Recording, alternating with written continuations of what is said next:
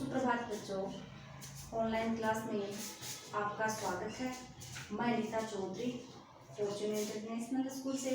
तो बच्चों, हमने हिंदी के 7 चैप्टर कंप्लीट कर लिए हैं।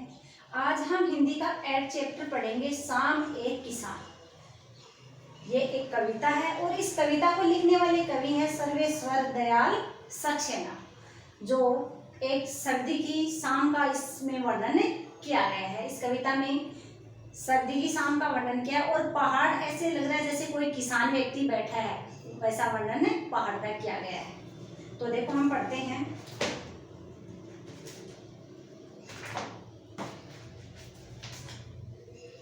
आकाश का साफा बांधकर सूरज की चिलम खींचता, यानी आकाश का तो क्या बांधा हुआ है, साफा बांधा हुआ है, और सूर्य की क्या है, चिलम खींचता।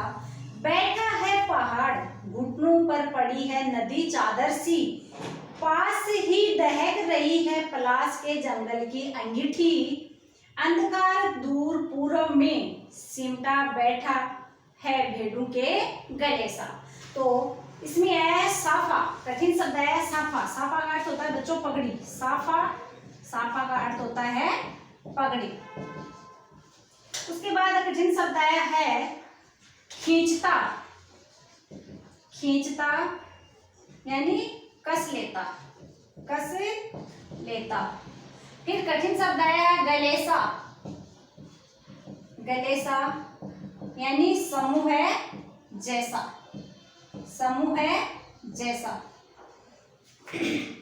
तो आकाश का साफा बांधकर कवि सर्वेश्वर दयाल सक्सेना कहते हैं कि जाड़े की शाम है। जाड़े की शाम मतलब सर्दी की शाम है, सर्दी की ऋतु है और उसमें शाम का समय है। सूरज की चिलम खींचता है, यानी कवि सर्वेश्वर दयाल सक्सेना जाड़े की शाम को क्या किसकी संज्ञा देते हैं, एक किसान की संज्ञा देते हैं। किसान की संज्ञा देते हुए कहते हैं पहाड़ ऐसा दिखाई दे रहा है, यानी सर्दी की ऋतु में शाम के समय पहाड़ है वो ऐसे दिखाई दे रहा है जैसे एक किसान बैठा है। कैसे दिख रहा है पहाड़, जैसे एक किसान बैठा है, उसके सिर पर आकाश रूपी साफा बंधा हुआ है। पहाड़ ऐसे लग रहा है जैसे एक किसान बैठा, और आसमान कैसे लग रहा है, उस पे ऐसे लग रहा है जैसे उसने क्या बांध रखा है, सर पे साफा बांध रखा है। घुटनों पर पड़ी नदी सी चादर, और उसके घुटनों पर एक चादर के रूप में नीचे बहती हुई नदी है, वो लपेट रखी है। मतलब नदी जा रही है, वो ऐसे लग रही है जैसे उसने क्या लपेट रखी है, अपने घुटनों पर चादर लपेट रखी है।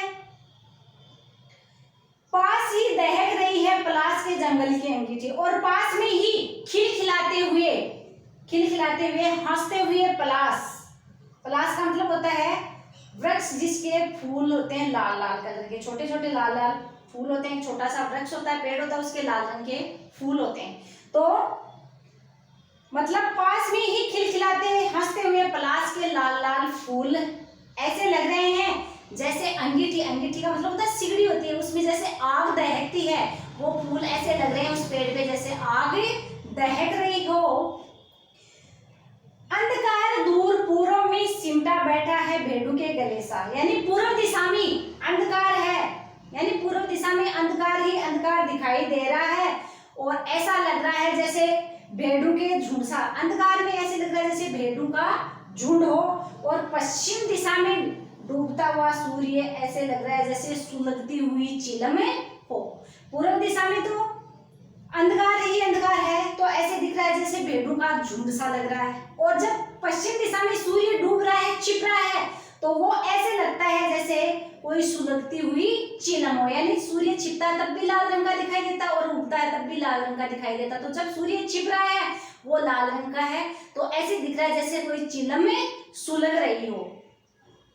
तो ये जो पद है इसको कैसे लिखेंगे, हम पहले इसका प्रसंग से प्रसंग कैसे लिखेंगे। प्रस्तुत पद्यांश हमारी हिंदी की पाठ्य पुस्तक बसंत से शाम एक किसान नामक कविता या नामक पाठ से लिया गया है। इसके रचयिता कवि सर्वेश्वर दयाल सक्सेना है, जिन्होंने कवि ने प्रकृति का बहुत ही सुंदर ढंग से वर्णन किया है। तो एक बार वापस देखो इस पद को।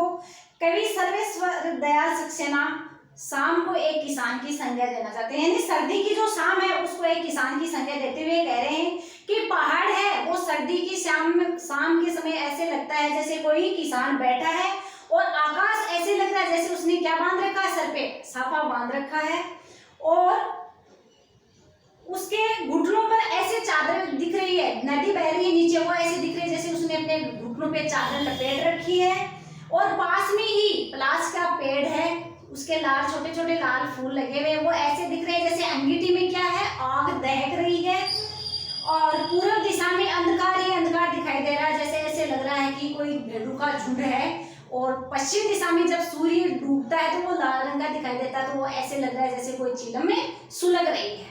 आगे देखो, दूसरा पद है, अचानक बोला मोर जैसे किसी ने आवाज दी है, सुनते हो चिलम औंधी, धुआं उठा, सूरज डूबा और अंधेरा छा गया।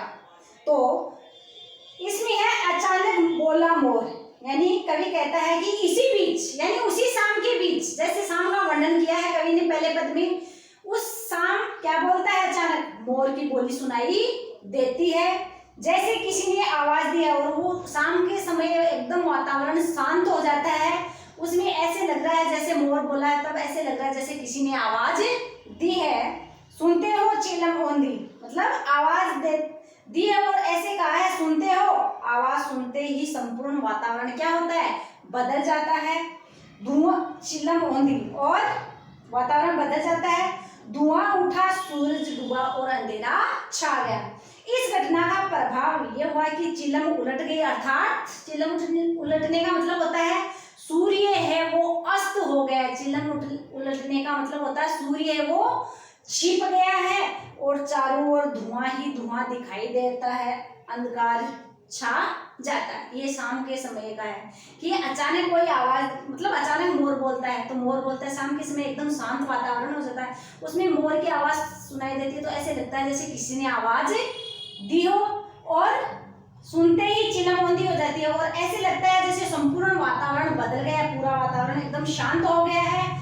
इस घटना का प्रभाव यह हुआ है कि चिलम जैसे उलट गया, अर्थात सूर्य अस्त हो गया है, और चारों तरफ अंधकार ही अंधकार छा गया है। तो इसको कैसे लिखेंगे, पद को हम सब प्रश्न कैसे लिखेंगे। प्रस्तुत पद्यांश हमारी हिंदी की पाठ्य पुस्तक के पाठ शाम एक किसान कविता से लिया गया है। इसके रचयिता कवि सर्वेश्वर दयाल सक्सेना है, जिन्होंने कवि ने इसमें शांत वातावरण में मोर की आवाज के प्रभाव को व्यक्त किया है। फिर इसका अर्थ कैसे लिखेंगे, इसी बीच, यानी उसी जाड़े की शाम में वातावरण शांत था, फिर क्या होती है कि अचानक मोर की आवाज सुनाई देती है, और सारा वातावरण है शाम के समय एकदम शांत हो जाता है, और वो आवाज ऐसे सुनती है जैसे किसी ने आवाज दी है, और संपूर्ण वातावरण बदल जाता है, चिलम उलट जाती है, मतलब शाम के समय सूरज है वो अस्त हो जाता है, और चारों तरफ सूर्य छिपने पर क्या होता है, चारों तरफ अंधकार ही अंधकार छा जाता है। ये बच्चों इसके दो पद हैं, आपको इन दोनों पदों को वापस पढ़ना है। अगले वीडियो में इसके प्रश्नोत्तर हम फिर करेंगे। धन्यवाद।